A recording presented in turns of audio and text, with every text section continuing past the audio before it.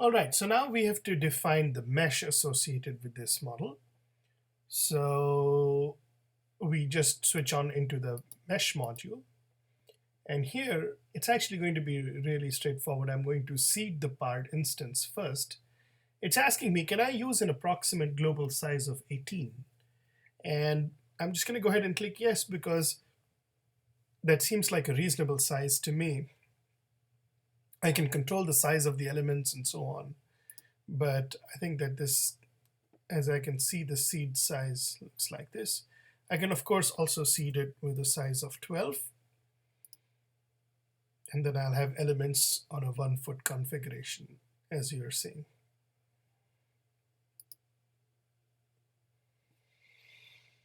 Now at this point, I will go ahead and assign the mesh. In order to do that, I will select the mesh. It'll say, ask me, OK to mesh part instance. I will select yes. And it tells me that the meshing has been done, but it didn't tell me what element it used. So I'm going to make sure that it has assigned the right element by clicking that button which shows S4R on the element type. I'm going to go here and select the model and evaluate which element has been selected. So from the element library, it's a standard element. That makes sense. It's a linear element with reduced integration, and we'll talk about what that means a little bit later. The name of the element is CPS4R. I could have gone with the element with incompatible modes as well, but I'm going to prefer right now to stay in the world of reduced integration because this will give me just one stress per element and it will be useful for this homework problem. Now, of course, I could go and select a quadratic element. I'm not going to do that, not for this analysis. I can also switch over to a triangular element, but that would mess around with my mesh. So I'm going to select a quadratic linear with reduced integration. And if you scroll down here, you will notice that the element type that has been selected is plane stress. So for this particular problem, a plane stress element that is linear with reduced integration has been selected. The name is CPS4R. I'll click OK. That makes sense to me.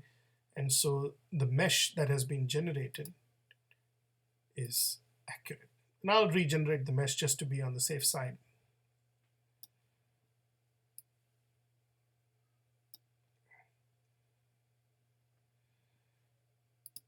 OK to mesh part instance, and I answered it with a yes, so the mesh is ready.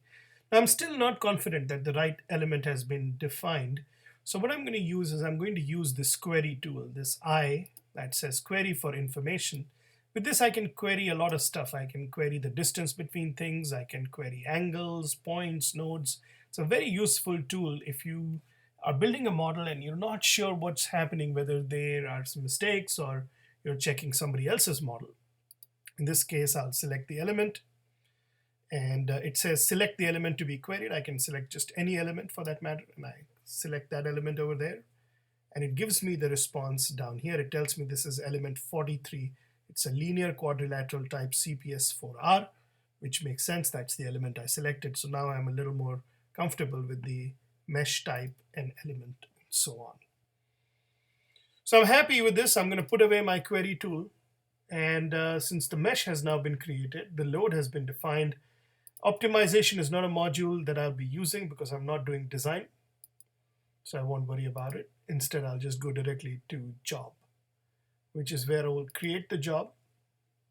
I'll call it CE592 homework 1 movie homework 1 for students. The model is model 1. It already exists. I'll press continue. It asks me to write a description. This is an example file.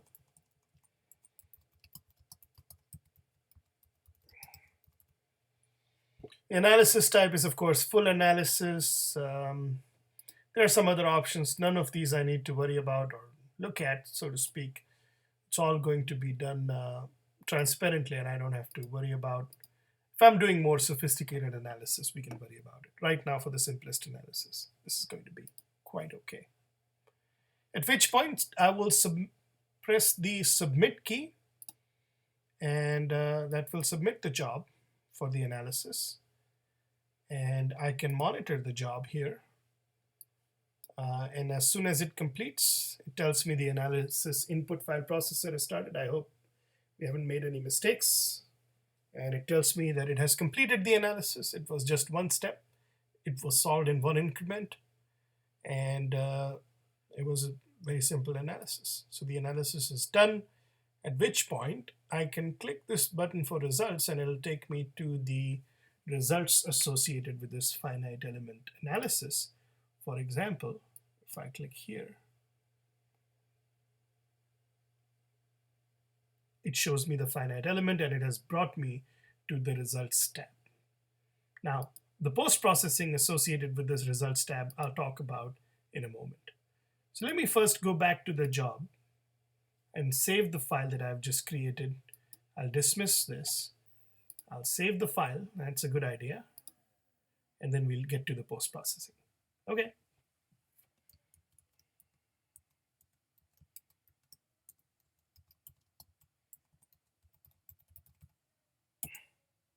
And it saves it as a CAE file. That's the information you want.